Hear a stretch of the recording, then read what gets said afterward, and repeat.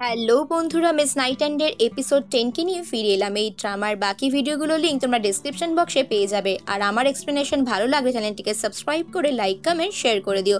তো চলো শুরু করে নিই। এখানে আমরা গল্পের শুরুতেই দেখতে পাচ্ছি যে মিজিন আর জিয়ং যে এখানে কাজটার জন্য গেছিল, ওরা হসপিটালে ইনভেস্টিগেট করতে গেছিল, সেটা নিয়ে আজকে এই পর্ব শুরু হচ্ছে। যেখানে দেখতে পাই ওরা সকলেই প্ল্যান করেছিল হসপিটালের কোন গেট দিয়ে ঢুকবে আর কোন গেট দিয়ে বেরোবে। সমস্ত কিছু সুন্দরভাবে প্ল্যান এক্সিকিউট করার পর প্রথমে জিয়ং এর এখানে যে জুনিয়র ছিল সে ঢুকে যায় হসপিটালের ভেতরে, আর এখানে ইনসান ঢুকে যায় ডিরেক্টলি হসপিটাল ডিরেক্টরের রুমে।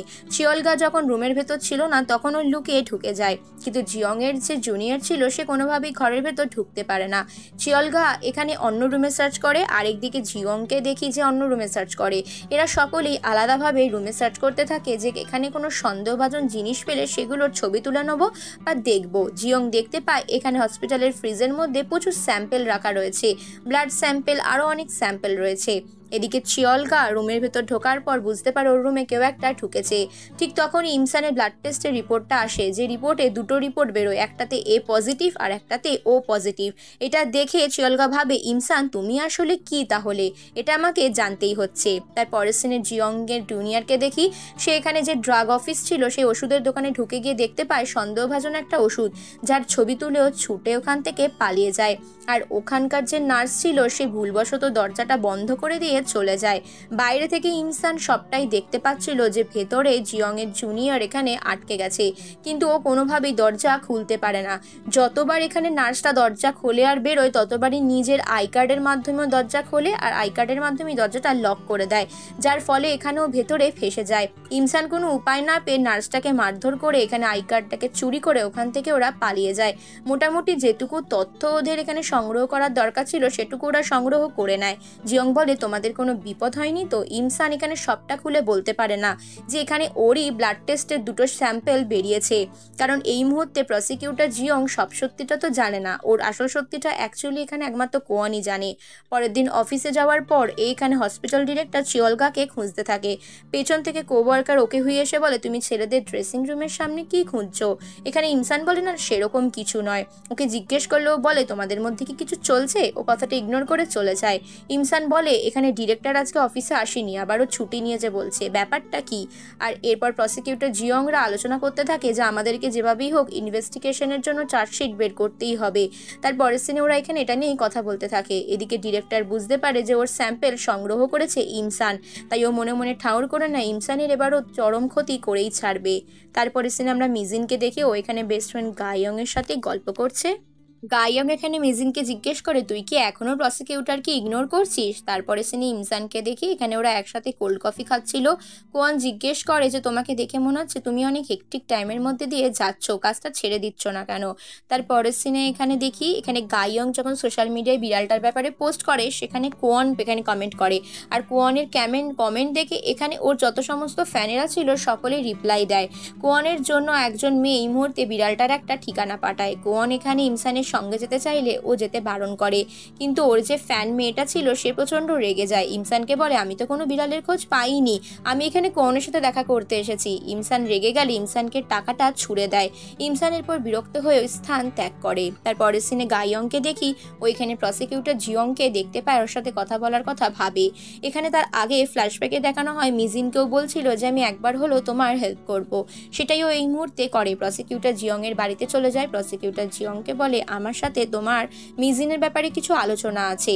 ঠিক তখনই মিজিন ফোন করে। মিজিন এখানে কোয়ানের সঙ্গে ছিল, তখনও বুঝতে পারে না এখানে জিয়ং ভীষণ খেয়ে যায়, কারণ এত রাত্রিরে এখানে কোয়ানের সাথে আছে কথাটা ওর ঠিক হজম হয় না।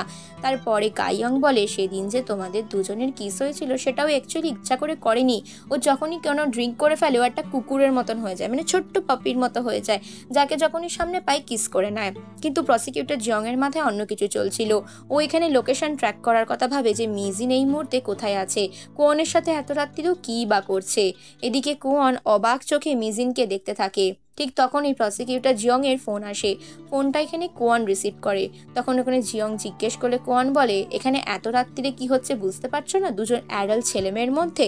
এটা নিয়ে জিয়ং প্রচুর জেলাস ফিল করতে থাকে আর ঢকঢক করে ড্রিঙ্ক করতে থাকে। তারপরের সিনে কোয়ান যখন মিজিনকে বাড়িতে এখানে নামিয়ে দেয়, কোয়ানকে চলে যেতে বলে। এখানে ফ্ল্যাশব্যাকে দেখি কোয়ান আড়াল থেকে সবটাই দেখেছিল। ফ্যান মেয়েটা যখন টাকাটা ছুঁড়ে ফেলে দেয়, মিজিন বলেছিল যে টাকাটা নিজের কাছেই রাখো আর আশা করবো তুমি কোয়ানের ফ্যান সারা জীবন রইবে। তারপরের সিনে জিয়ংকে দেখি 12:20 বাজছে, তখনও যখন বাড়ি ফিরছে না তখন ওর মাথাটা খারাপ হয়ে যাচ্ছে। তারপরের সিনে ওর জুনিয়র যে ছিল সে নিজের ইনফরমারদেরকে কাজে লাগায়।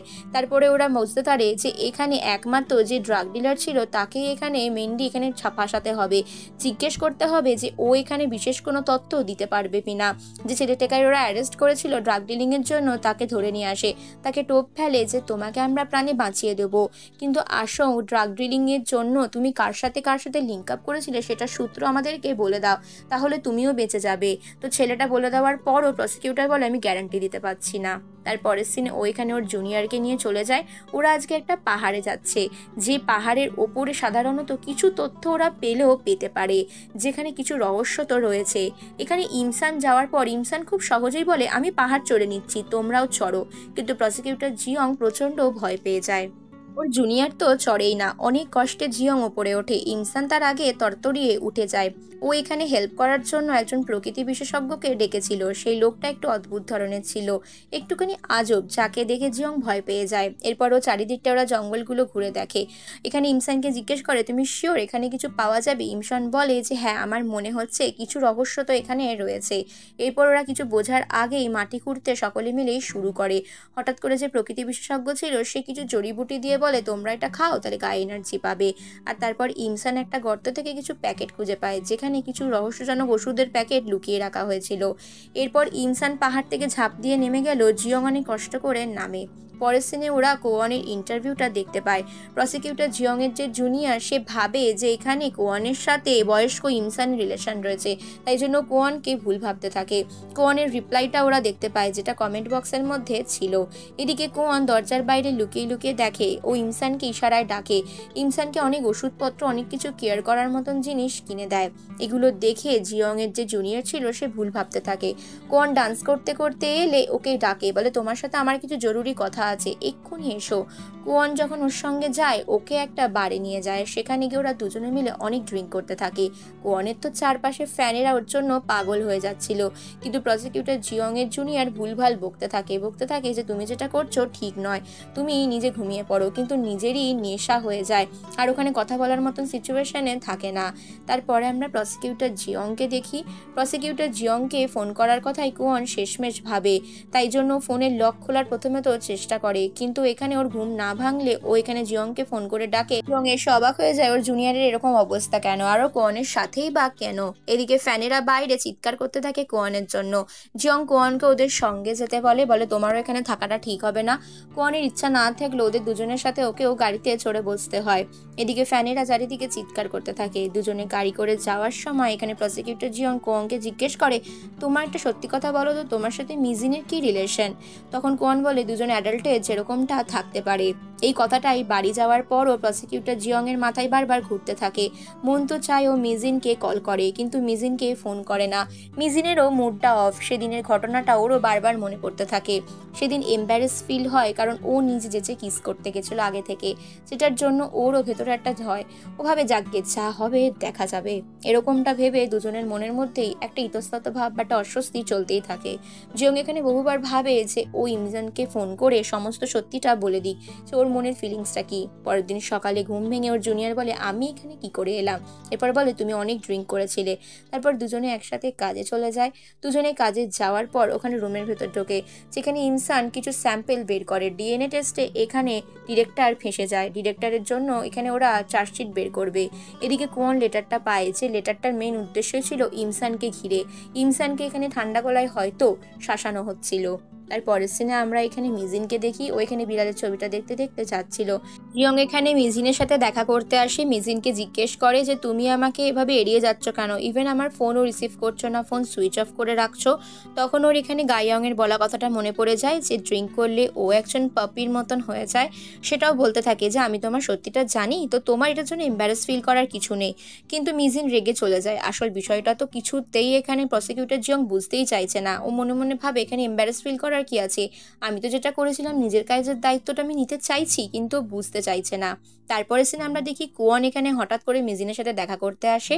বাইরে ঝমঝম করে বৃষ্টি পড়ছে, দুজনের মাথায় ছাতা দিয়ে এখানে কোয়ান বলে তুমি কাজটা ছেড়ে যাও, তোমার লাইফ রিস্ক রয়েছে, আমার তোমার জন্য অনেক চিন্তা হয়। তখন মিজিন বলে কি দরকার আমার জন্য চিন্তা করার। কোয়ান তখন বলে তুমি বোঝো না আমি কেন তোমার জন্য চিন্তা করি। আর ওদেরকে একসাথে জিয়ংও দেখে নেয়।